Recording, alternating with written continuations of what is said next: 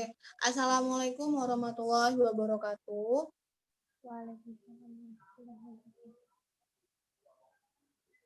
Perkenalkan kami dari kelompok 1 ingin bersama-sama membahas materi tentang leasing, yang mana anggota kelompok dari kelompok 1 ini terdiri dari saya sendiri, Windy Lestari Lubis, dan yang kedua itu ada Weni Dwi Chandra, dan yang ketiga ada Uli Atika. Pembahasan yang pertama itu bakalan dipaparkan oleh saya, pembahasan kedua akan dipaparkan oleh Uli Atika, dan pembahasan yang ketiga akan dipaparkan oleh Weni Dwi Chandra. Dan langsung saja, pertama adalah kami akan membahas materi leasing. Nah, di dalam materi leasing yang akan kami bahas ini tuh kami bakal membahas 8. Yang pertama itu adalah konsep leasing, yang kedua ada contoh leasing, yang ketiga ciri-ciri leasing, yang keempat tujuan leasing, yang kelima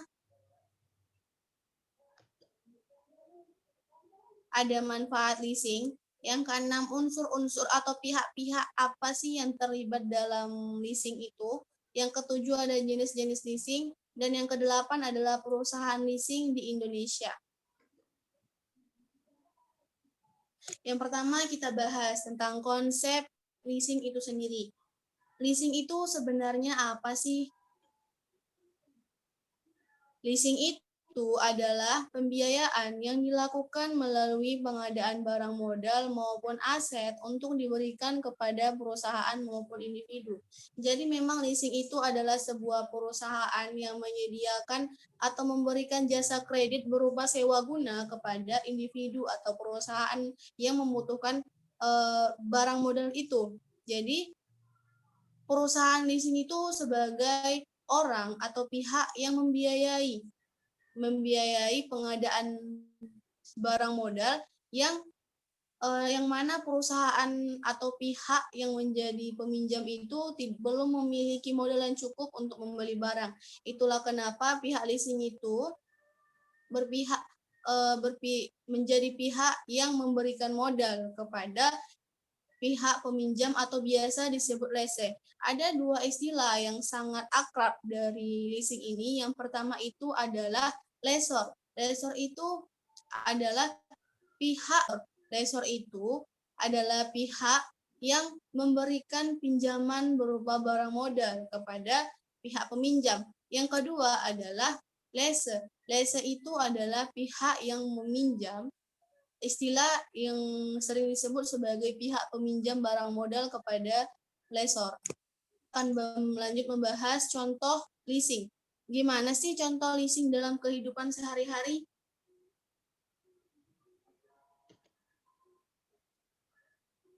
Nah, biasanya dalam contoh leasing yang paling sederhana dan paling melekat dalam otak kita itu adalah perusahaan yang ingin membeli alat peralatan untuk menunjang aktivitas perusahaan jadi lebih baik. Jadi di sini tuh perusahaan itu biasanya atau perusahaan yang biasanya meminjam dana atau barang modal kepada pihak leasing itu adalah perusahaan yang kekurangan modal atau modal yang di perusahaan itu masih belum cukup gitu. Jadi mereka memutuskan untuk meminjam kepada perusahaan leasing. Lanjut, Wen. Yang ketiga adalah ciri-ciri leasing. Terus kondisi yang bagaimana sih bisa disebut leasing? Nah, ada beberapa atau ada empat ciri-ciri kondisi yang bisa disebut leasing. Yang pertama adanya jangka waktu sewa dan periode pembayaran cicilan. Yang kedua, hak milik atas benda yang disewakan tetap berada pada pihak pemberi leasing.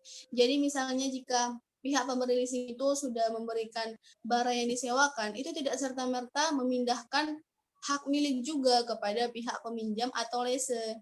Yang ketiga, biasanya objek leasing itu berupa benda modal yang benar-benar dibutuhkan nasabah atau pengusaha untuk menjalankan bisnisnya. Jadi memang objek leasing itu atau objek sewa guna itu biasanya adalah benda-benda yang berupa misalnya nih benda-benda yang mahal atau misalnya peralatan, mesin-mesin atau alat-alat.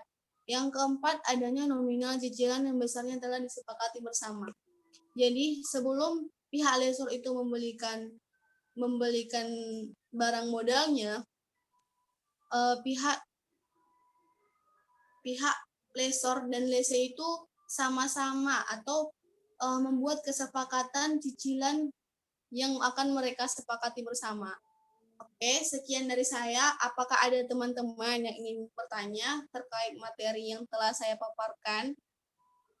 Jika ada yang ingin bertanya, silakan raise hand. Ingin bertanya? Iya, saya ingin bertanya. Oke. Jadi gini, mekanisme cara kerjanya itu bagaimana? Jadi pertama nih kan, kita bayangkan yang menjadi pihak leasing, pemberi leasing atau perusahaan leasing itu saya sendiri. Terus yang menjadi pihak lese atau pihak peminjam itu WNI sendiri. Oke. Jadi saya WNI itu adalah pengusaha yang lagi membutuhkan peralatan karena belum cukup modal nih gitu. Jadi WNI datang ke saya bilang pengen ini gitu kan, ngajuin gitu. Nah, saya bakalan membelikan barang itu.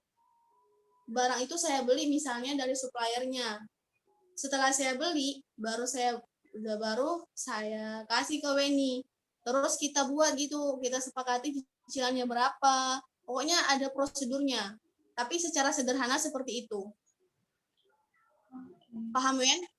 Paham. Kalau Uli, ada yang ingin ditanyakan Uli? Enggak, udah pas. Saya paham. Para selanjutnya akan dilanjutkan oleh Uli Atika. Kepada Uli Atika dipersilahkan.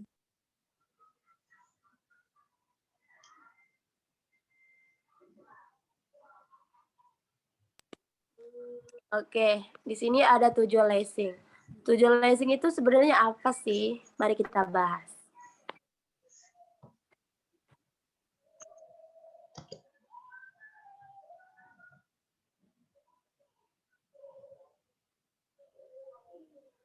Oke, tujuan leasing itu adalah guna mempermudahkan masyarakat dalam memiliki barang modal, walaupun barang tersebut memiliki nilai harga yang tinggi.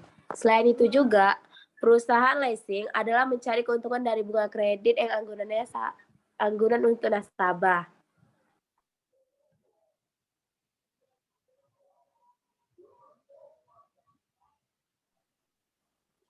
Oke, di sini ada manfaat leasing. Guna leasing itu sebenarnya apa? Mari kita bahas. Oke.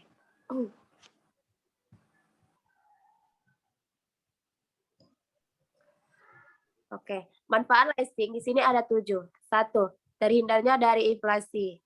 2. Tidak perlunya ada jaminan. 3. Fleksibel. 4. Capital saving. 6. Adanya 5. Pelayanan cepat. 6. Adanya perlindungan hukum. 7. Dapatnya memperoleh aktiva. Dari sini, apakah teman-teman ada yang ingin bertanya? Saya ingin bertanya, Li. Windy ingin bertanya. Itu yang maksud, itu kan manfaat leasing itu kan ada yang pertama tuh terhindar dari inflasi. Itu maksudnya apa sih? Terima kasih. Oke, aku lanjut ya. Tadi kan katanya kan, kata si Uli tadi kan selain itu tujuan perusahaan leasing adalah mencari keuntungan dari bunga kredit dari anggunan nasabah. Itu tuh pasti lah ya kan. Misalnya nih kan, Weni atau Uli itu sebagai pihak pemberi leasing. Kalau kita sebagai pihak pemberi leasing atau pihak perusahaan yang sebagai perusahaan leasing itu kita ngasih pinjaman atau membelikan barang modal untuk perusahaan lain itu kan biar kita dapat untung juga kan? Iya. Ya. Udah ada jawabannya, Li.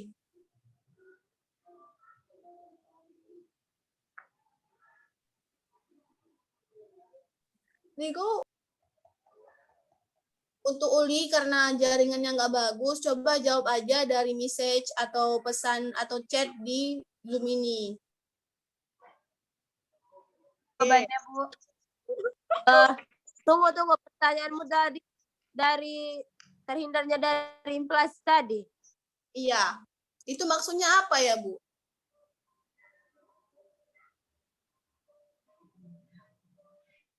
Uli udah ngirim dari chat. Karena inflasi, karena pembayarannya itu kan dilakukan dengan satuan keuangan dalam perjanjian sebelumnya. Oh, gitu. Berarti misalnya nih, kalau cicilannya itu beberapa tahun, pas 5 tahun kemudian, mata uangnya itu sesuai dengan perjanjian di situ ya. Oke. Paham. Ini mau tanya nggak sama Uli? Iya, mau tanya, kalau yang dimaksud fleksibel itu gimana ya? Fleksibel ya. Jawab, Li. Oke, bentar ya, Bu. Sinyal saya lagi nge-lag. Saya izin bantu jawab ya. Jadi masuk fleksibel itu adalah di antara lesor sama lese itu nggak terfokus pada satu peraturan yang udah tertulis. Tapi pihak lesor itu sama pihak lese itu bisa menambah peraturan yang sesuai mereka sepakati atau bisa juga mengurangi ya peraturan atau perjanjian di dalam surat perjanjian itu sesuai mereka sepakati gitu, Ben. Oke. Uli udah hilang nih. Lanjutlah, Wen. Atau kita tunggu aja dia ya? Tunggu aja sih, bisa kita potong nanti. Oke.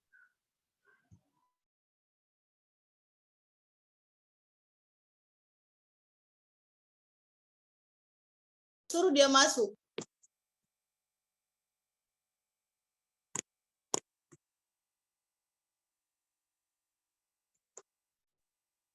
Dia tadi ribut kali loh. Sama kawan sekontrakannya itu, sepupunya. Ya kan? Sampai goyang-goyang HP-nya.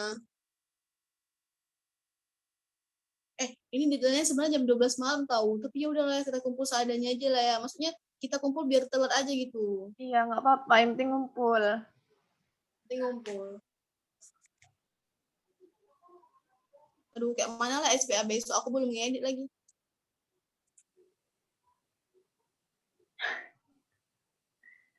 Ya, Win. Awak aja belum, Win. Jadi ini ceritanya kayak begadang-begadang gitu ya kan? Iya, capek kan. Satu hari ini aku nggak ada istirahat loh. Tidur siang pun nggak ada. Wah, Rabu yang sibuk.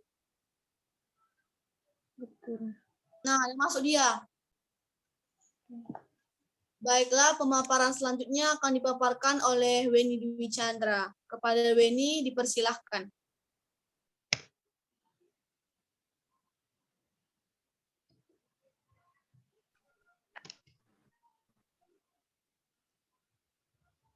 Baik, di sini saya akan melanjutkan tentang leasing, yaitu tentang pihak yang terlibat. Siapa-siapa saja yang terlibat dalam leasing? Yang pertama itu ada lessor. Lessor itu orang yang memberikan barang atau modal, sedangkan lase itu orang yang meminjam barang atau modal. Dan supplier itu orang yang menyediakan barang pesanan lase yang akan dibayar lunas oleh lessor. Dan bank itu orang yang menyediakan dana untuk lessor. Jadi semisalnya kalau lessor itu tidak ada dana karena banyak yang meminjam, jadi perantaranya itu adalah bank.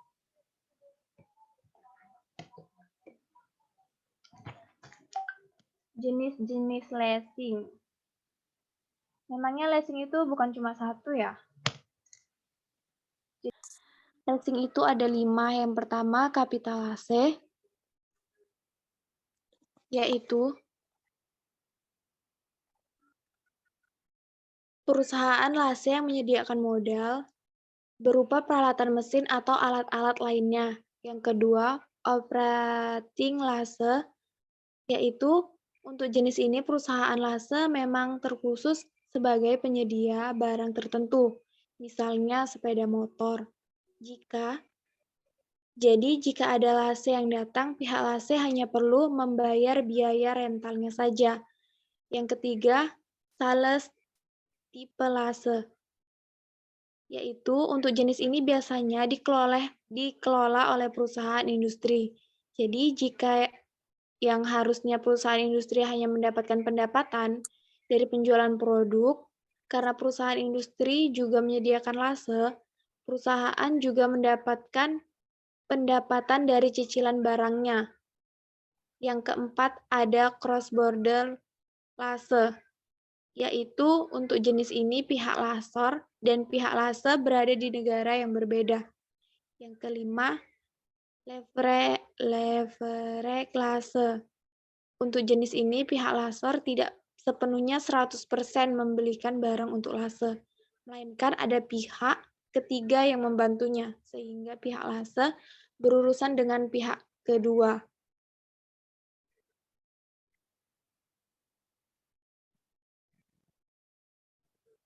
Perusahaan leasing di Indonesia. Perusahaan leasing di Indonesia ada 8, yaitu PT Astra Credit Companies atau ACC, yang kedua PT Federal International Finance atau VIV,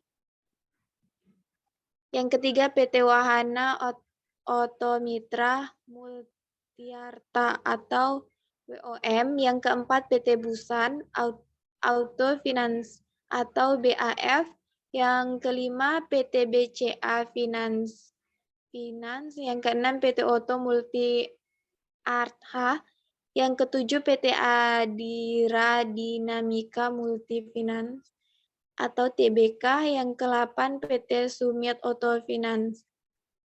Jika ada pertanyaan, silakan beri pertanyaan.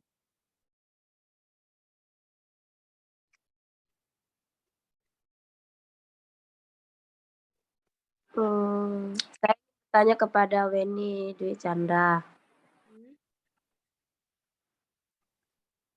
tentang yang cross border lesson.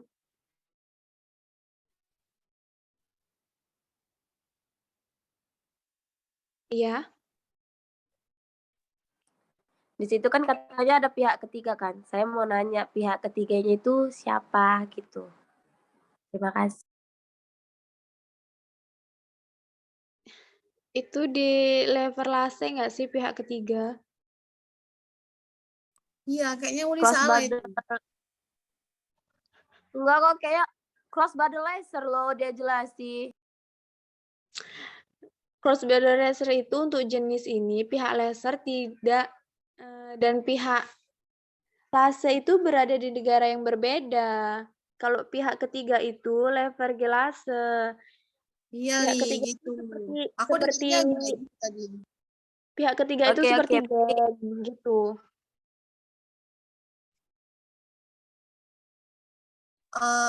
Wen, aku mau nanya, itu soal pihak-pihak yang terlibat. Itu bank itu kok bisa sih jadi pihak yang terlibat gitu? Tadi aku agak kurang paham gitu, Wen.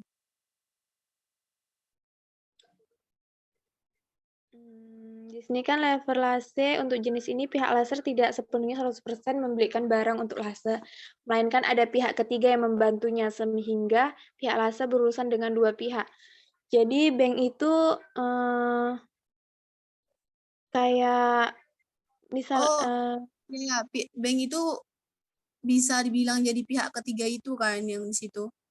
iya perantara kalau misalnya dana Oh, itu kurang atau modalnya kurang, jadi bank itu bisa meminjamkan. Gitu ya nggak sih? berarti kan katanya kata Weni kan bank itu pihak perantara. Berarti sama dong sama supplier jadi pihak perantara. Bedanya kalau bank itu kan nyediain uang nih kan buat modal lesornya. Sedangkan supplier itu menyediakan barang untuk dibeli si pihak lesor gitu ya, Wen? Iya.